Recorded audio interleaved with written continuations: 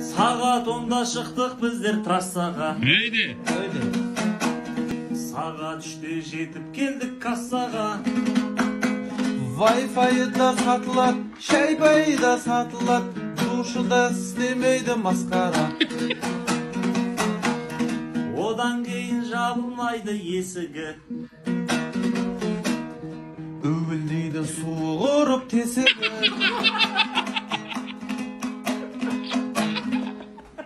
Бәрі осыныңда ғой, бәрі осыныңда ғой, бәрі администрацияның кесігі.